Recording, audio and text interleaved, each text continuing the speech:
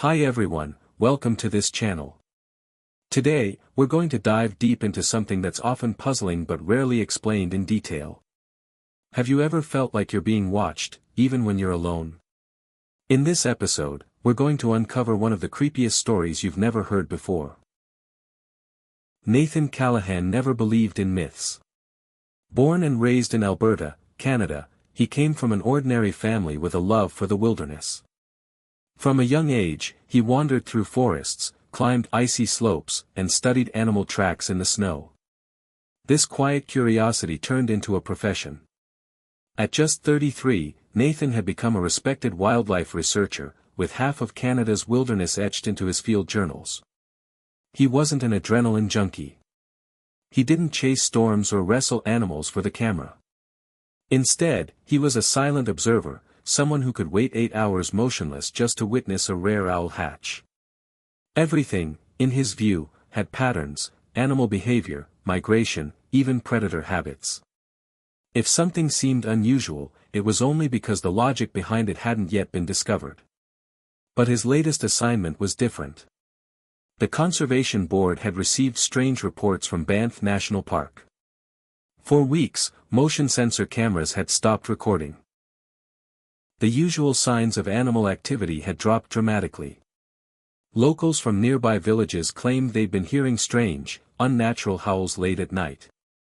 Some said the howls came from beneath the ground, others from deep within the forest. Most researchers dismissed the reports as mass hysteria or misidentified animal calls. But Nathan was intrigued. Something about the irregularities, the gaps in data, and the sudden silence of a once vibrant ecosystem stirred something in him, a quiet instinct he had learned to trust in the field. He volunteered immediately. Not just to gather data, but because, for the first time in his career, he had a feeling that the forest wasn't just hiding something natural. Morley was a small village at the southeastern edge of Banff, home to fewer than 400 people.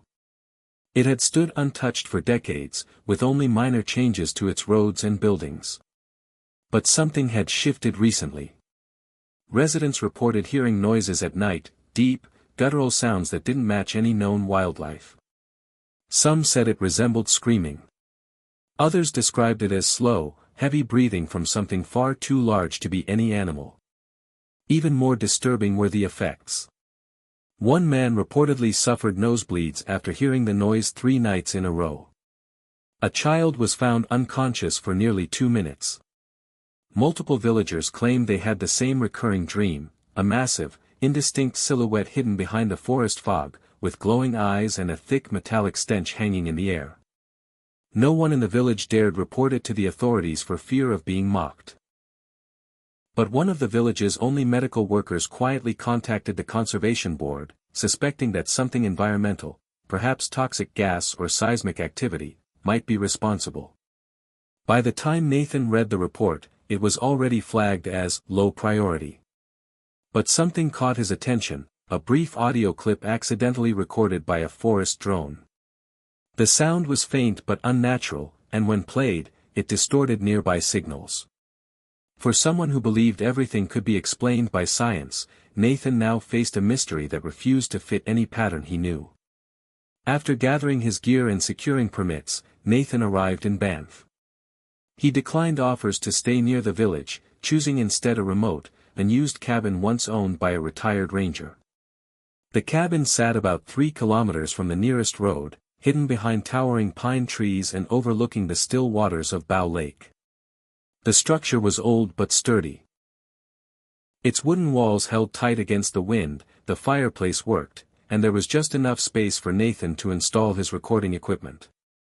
He set up sensitive microphones, thermal cameras, and motion detectors, each calibrated to pick up patterns beyond ordinary perception. That first night passed without incident: cold air, a thin veil of fog, and the usual creaks of an aging forest. But something felt off. The quiet was too complete. Normally, night in the forest was filled with activity: owls, insects, the rustle of branches. But now, silence blanketed everything like a vacuum. It wasn't peaceful. It was suffocating.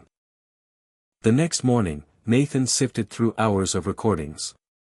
At exactly 1:47 a.m., the data showed a brief but intense signal disruption.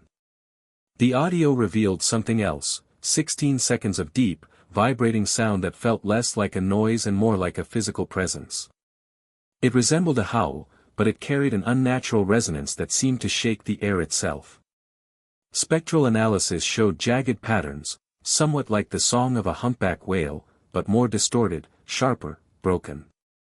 The sound had not only overwhelmed the microphones but also caused 2 of the 3 cameras to shut down for exactly the same duration.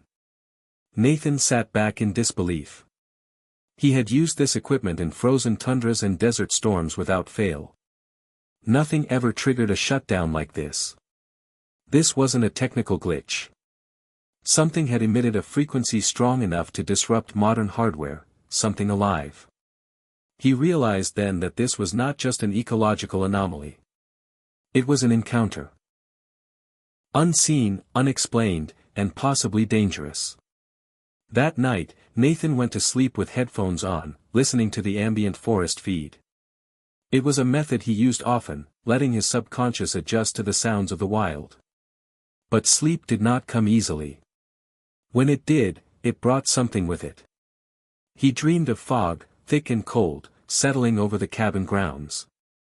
In the dream, a shape stood still among the trees, tall, unmoving, and staring.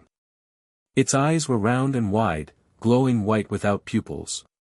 There was no face, no expression, only the overwhelming sense of being watched by something ancient. He woke up drenched in sweat, heart pounding, lungs gasping for air.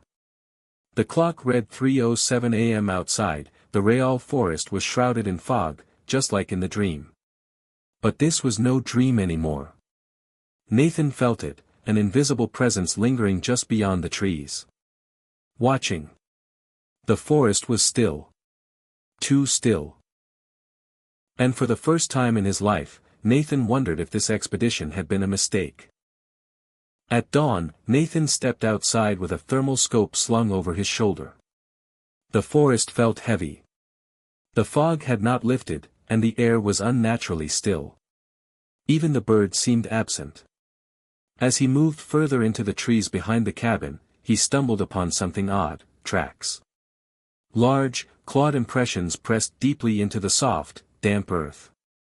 Too large for a bear, too evenly spaced for a moose, and definitely not human. What struck him most was the stride. The distance between steps was too long, almost unnatural. As he followed them, Nathan noticed a chilling detail: the tracks didn't meander or shift like an animal searching for food. They moved with precise, unbroken direction toward his cabin, then circled at once, and vanished at the edge of the tree-line. No return prints. No drag marks. Nothing to suggest the creature turned back. It was as if it had dissolved into the earth. He photographed everything, documented the depth, the shape, the stride. But even as he tried to rationalize it, his thoughts were interrupted by a sudden noise, something heavy snapping a thick branch deeper in the woods. He froze. Listened. Then, silence again. The kind of silence that made your bones tighten. By afternoon, Nathan began surveying areas near his observation points. He hadn't seen a single deer all day, which was highly unusual. Then he found it, 2 hares, lying motionless beneath a cluster of pines. Their bodies were intact. No bite marks. No broken bones. Just lifeless. One had its eyes open, wide and unblinking, as if frozen mid-panic. The other's fur stood on end, its limbs rigid like it had died in an electrical surge. There was no blood, no signs of trauma, just a strange smell, metallic and slightly sweet, that lingered near their bodies. He bagged one for analysis, hoping the university could help. But as he returned to his cabin, Nathan noticed something even stranger. The fog hadn't moved all day. The air was still, almost suffocating, and the temperature had dropped without explanation. His weather station had malfunctioned, its readings looping in a pattern that didn't make sense. For a man who trusted science, the forest was becoming alien. As night fell, Nathan set his cameras to night vision and infrared. He stayed up, watching from his laptop while logging data. Just after 2 a.m., the northern motion detector pinged. The screen flickered briefly, then stabilized. What appeared on camera made his breath catch in his throat. There was movement in the fog, a form, tall and slouched, with long limbs that seemed to shimmer like heat waves. Its gait was unnatural, almost floating, yet heavy enough to trigger sensors. The thermal camera showed almost no heat signature, just a faint pulse, like something trying to mimic life. Then it turned. For a second, the creature faced the camera. Two eyes glowed in the black and white footage, not like animal reflection, but with a cold, internal light. The screen flickered violently, and the camera shut off. Nathan replayed the footage again and again, but it stopped at the same frame each time. The creature looking at him. Or rather, through the lens. Directly at him, as if it knew he was watching. The moment the footage cut out, the cabin lights dimmed. Then flickered. Then went out. The generator outside groaned as if something was pulling energy from it. Nathan grabbed his flashlight, which immediately buzzed with static and died in his hand. The ambient microphones caught it again, the sound. This time it didn't howl. It rumbled, like a growl carried on wind from something impossibly massive. The walls of the cabin trembled. Items on the shelf rattled. The temperature dropped to freezing in seconds, and his breath became visible indoors. He crouched by the window, peering into the darkness, eyes adjusting. And then he saw it. Between the trees, partially veiled in fog, stood the shape, larger now, clearer. It had the body of an animal, but too tall. Its back arched in unnatural ways, and its skin looked like shifting shadows. The eyes, white, fixed, ancient, stared at him again. Then, in a blink, it was gone. When the sun rose, Nathan dared to go outside. The equipment was fried. Batteries drained. The backup drives unreadable. Only the audio recorder had survived, capturing the rumble and a faint whispering frequency. But the worst part wasn't technical. On the cabin door, etched into the wood by something sharp, was a symbol, a circle with clawed lines radiating outward. He hadn't seen it before. It wasn't there yesterday. And it wasn't human-made. Nathan touched the carving. It was fresh. The bark still bled sap. Something had stood at his door while he slept. Something that did not need to break in, because it already knew he was inside. The forest had warned him. This was no longer an investigation. It was a hunt. And he was the prey. Nathan ventured deeper into the woods by noon, attempting to retrace the source of the markings. But something about the forest had changed. The air felt stale, suffocating. No rustle of squirrels. No bird call. Not even the wind moved through the branches. The trees themselves seemed to lean inward, as though closing off paths. There was a pressure in his chest, something primal, that told him to turn back. But curiosity drove him onward. The deeper he went, the more he noticed, the forest was clean. Too clean. No signs of animal activity, no droppings, no disturbed soil, no nests. Nature wasn't sleeping. It was hiding. From something. And that realization settled in Nathan's mind like a weight he couldn't lift. After just 2 hours of exploring, Nathan checked his watch. It read 7:13 p.m. But he had only been out since shortly after noon. The sun hadn't even set. His GPS was frozen, showing him still standing near his cabin. The compass spun endlessly. No signal, no tracking, no bearings. For a trained researcher, this disconnection from time and space was a psychological blow. He walked back the same way he came, only to find the path unfamiliar. Trees stood where they hadn't. The trail was no longer visible. Even the moss patterns had changed direction. For the first time, Nathan felt something deeper than fear. He felt forgotten by the world outside. That night, Nathan didn't sleep. He sat armed, flashlight and camera at the ready. He tried to stay rational, but the scratching came again, not from outside, but beneath the floorboards. Rhythmic. Intentional. As though something was trying to dig through the foundation. Then came the howl. But it didn't come from the trees. It came from directly beneath him, low, guttural, and filled with something that didn't belong to the natural world. It vibrated through the floor, into his bones. The boards began to bulge upward slightly, pulsing like something was pushing them from below. The sound stopped just as suddenly as it began. And in its absence, the silence felt even more sinister.